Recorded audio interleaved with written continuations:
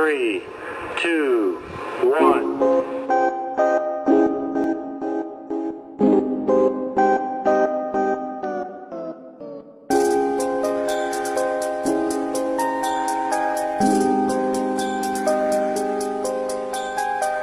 Kasus kematian unggas akibat flu burung bukan kali ini saja terjadi di Indonesia.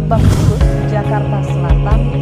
Ya, ada banyak unggas yang mati bisa ditemukan dan ini dari hasil pemeriksaan memang unggas mati ini akibat virus flu burung. Hujan membuat tingkat infeksi dari unggas terhadap flu burung ini meningkat dan saudara 20 unggas milik warga di perkampungan Pemulung, Lebak Bulus, Jakarta Selatan mati. Hasil pemeriksaan unggas-unggas tersebut mati akibat virus flu burung. Halo, Assalamualaikum warahmatullahi wabarakatuh. Perkenalkan, nama saya Nindi Stifani, NIM 19-110-2020 dari Jurusan Kesehatan Masyarakat Universitas Muhammadiyah Gresik. Pada kesempatan kali ini, saya akan menjelaskan tentang avian influenza atau biasa disebut dengan virus flu burung.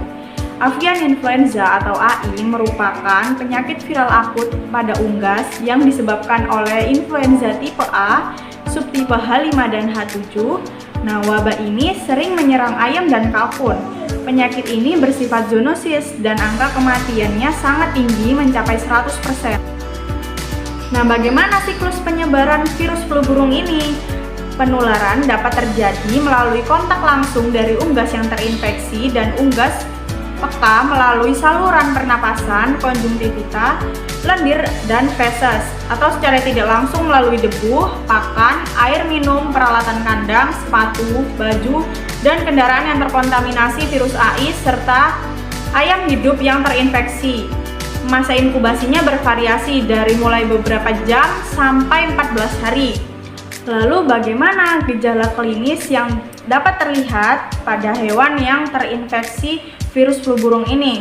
Nah, gejala klinis yang terlihat pada ayam penderita HPAI antara lain adalah jengger, pial, kelopak mata, telapak kaki, dan perut yang tidak ditumbuhi bulu ini terlihat berwarna biru keunguan. Adanya pendarahan pada kaki berupa bintik merah atau biasa disebut kerokan kaki, keluarnya cairan dari mata dan hidung, pembengkakan pada muka dan kepala, diare, batuk, bersin, dan ngorok.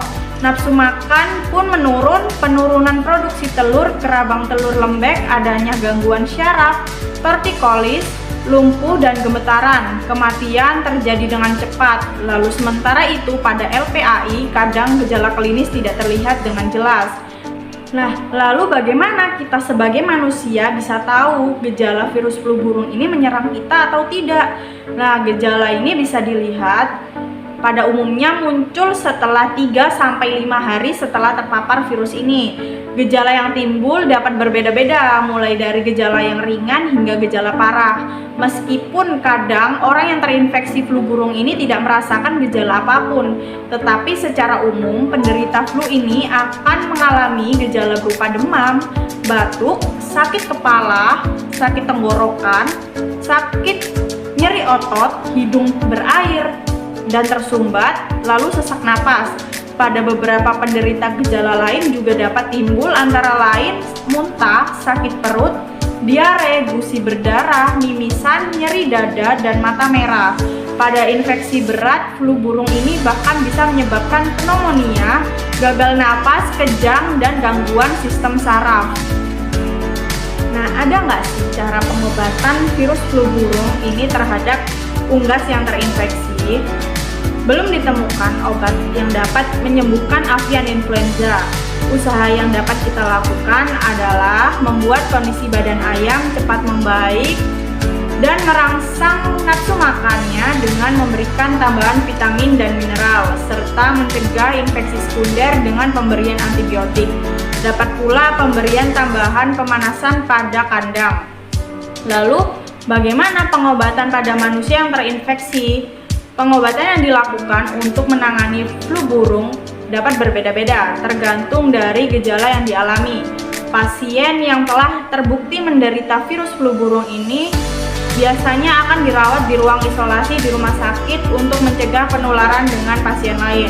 Obat-obatan antivirus merupakan obat utama yang digunakan untuk mengatasi flu burung ini terjadinya komplikasi serta meningkatkan peluang pasien untuk sembuh. Obat ini perlu dikonsumsi secepatnya dalam waktu 2 hari setelah gejala muncul.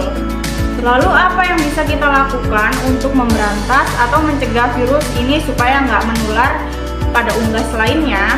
Nah, yang pertama, jika ditemukan kasus AI dapat dilaporkan kepada dinas yang membidangi fungsi peternakan dan kesehatan hewan terkait.